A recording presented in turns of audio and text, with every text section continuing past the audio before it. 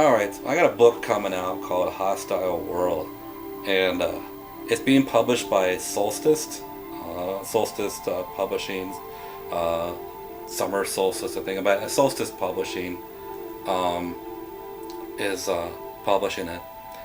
Yeah, they have like so many different names that I can't really keep up with it, but like Solstice is what I usually refer to them as. But yeah, they're publishing my book, which I thought was great because they edit books pretty well too. So they're a pretty good publishing company. Because me and my agent were like talking about it, and I was like, you know what, they are pretty good, and hopefully this book will help make them even more successful. So they're really trying. They enter like all these book festivals and stuff like that. So, but yeah, hopefully this book will help put them on the map. But I so I wrote this book. I didn't start writing this book till about like '93, and I saw the movie Fire in the Sky, and I played this game called Out of This World.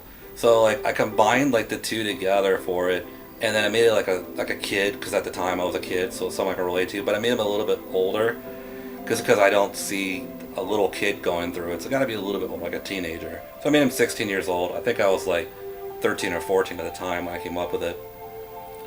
And I wrote this book and it was really awful. But like I had a lot of good ideas, but like it was awful. Like I have like a sheet of it on a typewriter because I wrote it on a typewriter, and it's terrible. But it made me learn some stuff though about like writing and stuff, and having to write dialogue. And the dialogue on there was terrible. I read it to myself. I'm like, oh my god, it's terrible. So I made sure to concentrate on dialogue as much as I can, at least passable enough, so that people don't read like something stupid. Like no one would say that, so at least somewhat like a person would say, you know.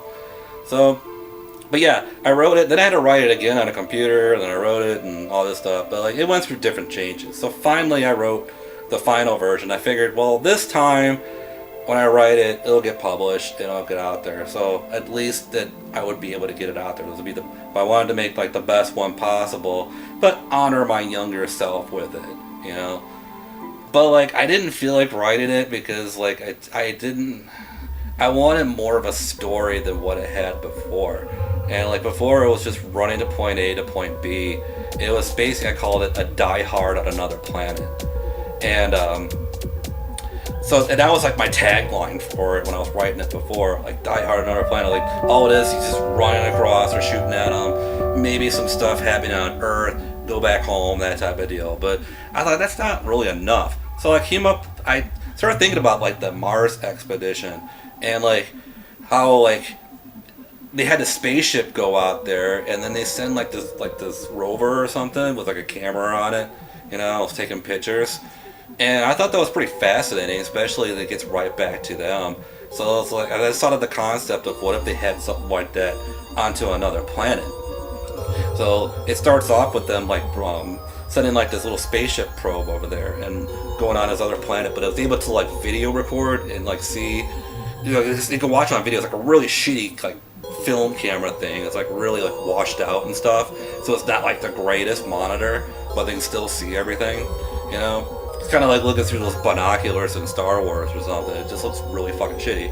But anyway, so they send like this little like drone out there, and it's like a really advanced type of drone. Like they made this thing themselves, and like it can actually broadcast live over here, which probably not scientific could happen, but it's supposed to be like an advanced technology that they made, you know, like stuff they don't really tell the public, you know. But we got this, but we're not going to tell the public, you know, yet. But they made this thing sort of live on TV anyway, so they not only know that this robot exists, they just brought it live on TV. So the whole world is like watching this other planet that this guy's like controlling in his base, and showing this little robot going through like this trench, you know. It's like, oh my god, it's a planet, even though like it's kind of based on Mars, how disappointing that is, because all it is like rock, and there's like an atmosphere, but you don't see any kind of life or anything like that. It's just like dead, you know, like this dead canyon, which is supposed to honor like my earlier books when I was making it into a dead planet, but it's not. It's supposed to be like Earth but with water, but they just went into the wrong shitty part. So, but then they end up turning like a corner, and they see like these two aliens by the spaceship, and then like, oh my god, is that life? So it starts moving, So they moved it closer, but they don't know if it's friendly, if it's going to attack or what. They just want to get like a bigger picture. They're just going to take that risk.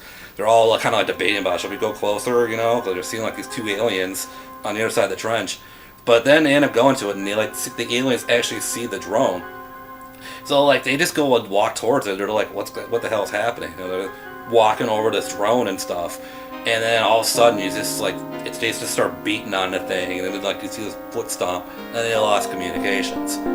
But it's supposed to be like a plot point later on with that thing, which is what I loved. It's like there's still gonna be like a character in this, So, but it shows up like later on when Chris comes there, and that's what makes it different than the previous books. Is the fact that now he has like this.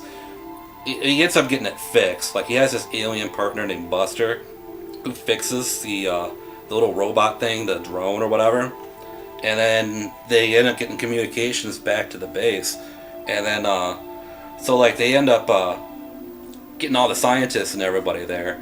So anyway, they end up like broadcasting it live on TV, and that's like pretty much like the main focal point of the story is the fact that this kid's going through this other world that no one's ever seen before. It's like, oh my god, there's a kid running around there and stuff.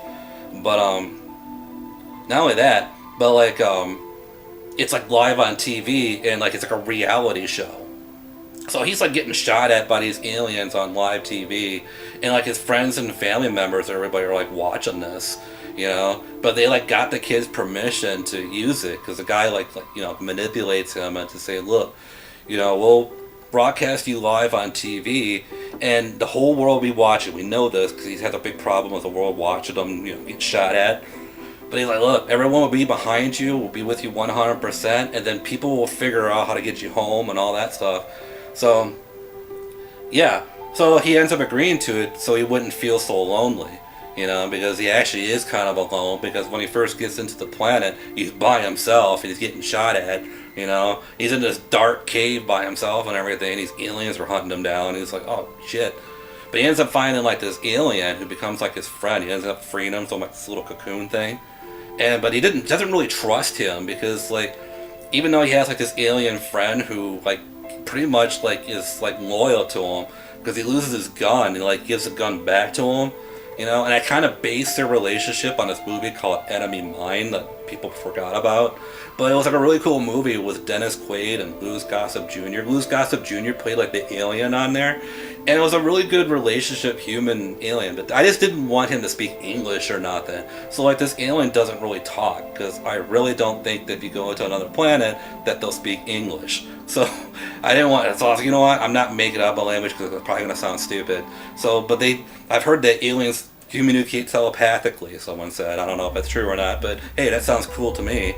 They communicate telepathically, and the reason why he can't communicate with Chris because he can't, telepathically get what he's saying. Plus, they don't speak the same language anyway.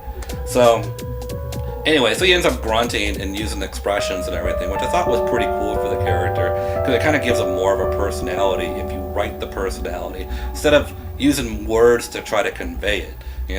Like let's make this guy, like is like a really loyal alien friend. He like bails him out like all the freaking time and everything. He's pretty much leading them through the planet. Chris just doesn't know if he's understanding them or not, and he didn't trust him for a while, but then after a while he would start to trust this alien.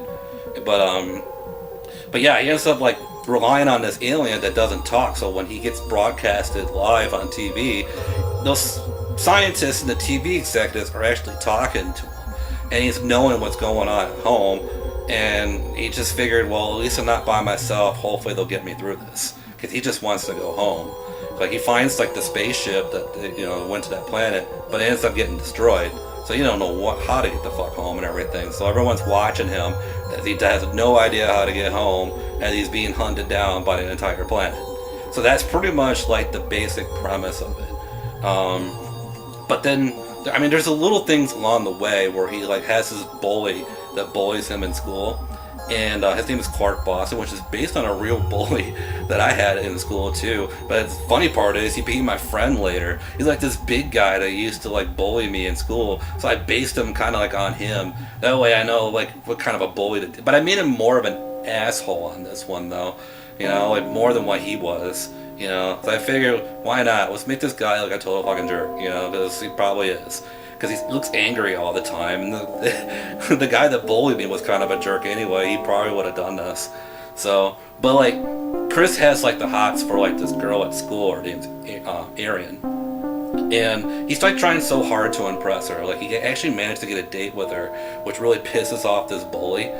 And, but he manages to get a date with her, and like he's trying so hard to like freaking impress her and everything. But he'll like compliment her, which is pretty much a step up because you know it takes some balls. So he ends up complimenting her, and then like she don't even like realize what he says. Like, oh man, I'm probably blowing his date or something. But like, but they end up going to like the pirate fair. So he's trying to impress her with like shooting gallery. They have like this little shooting gallery thing on there, and he'd just been told by like one of the pirates that he'd low standards to her. Like, this guy was trying to talk shit because he's on those little dunk tanks, and he was talking shit, and he just because he was talking like G-rated stuff before, but they ended up like egging him on, you know, and then he just blurts out that he's low standards to the girl next to him. He wasn't swearing because he's not allowed to swear, but he's allowed to piss off his guests. So it did piss off Chris because he didn't want someone to say that right in front of her. So he ends up dunking her. So then after that, he tried to prove it to her at this little shooting gallery thing. So like, he's like, okay, if I shoot all these targets, you know, she even says it, like, shoot these targets, you know, you won't be low standards. So he was given like a test, but he couldn't shoot either one of them. You know, and I thought that was like a little twist. Like, he doesn't freaking shoot him. You know, so like the ticket guy, kind of felt sorry for him. It's like, you want to try again? It's like, yeah. So she like turns away and he's shooting. When she looks back up, he got one. You know, he only got like one target. You know, so he's like trying to tell her, like, no, dude, I can really shoot. You know, so there's a real foreshadowing though of like what happens on a planet. Like, you kind of know, like he's gonna be using a gun because he's being hunted on another planet. And with it being live TV, you kind of know that he's probably going to impress her with that, you know? But it's a kind of a cool moment, you know? So, but then they end up trying to find the missing girl. There's this girl that got missing, got abducted by aliens, and there's this guy, James, who was to blame for it. And they're trying to help him out because they're going to just bite it and just believe his alien story. Even though they think it's a really far out story, they'll just believe that aliens took her for now. You know, we'll just go on this little hunt for you, see if we can find her, but after that, that's all we're going to give you. So they end up going to these woods to find her, but luck may have it, first they run into Clark, because Clark finds them into the woods, and that's when, like, him and Chris get, like, beamed up by the spaceship that comes. And so they ended up, like, getting beamed up in it, and then, like, Arian was saved from it, which kind of pissed from Clark, because Chris had to push him. So, like, you just kind of know there'd be, like, some kind of battle, but Clark won't show up for, like, a long time into the book. I know I'm probably spoiling it, but oh well. I'm not going to spoil the ending. I had, like, several endings to it, so if anyone's really interested in reading it, I won't spoil the ending for it. But I'm just trying to give, like, enough information to talk about what's going on in the book. So, I think pretty much in conclusion, hopefully, you know, I don't know when it comes out, but hopefully it'll come out in the next couple months. I'll have another video talking about it. So hopefully people get it, and stay tuned for my next book. Fuck you, Brian.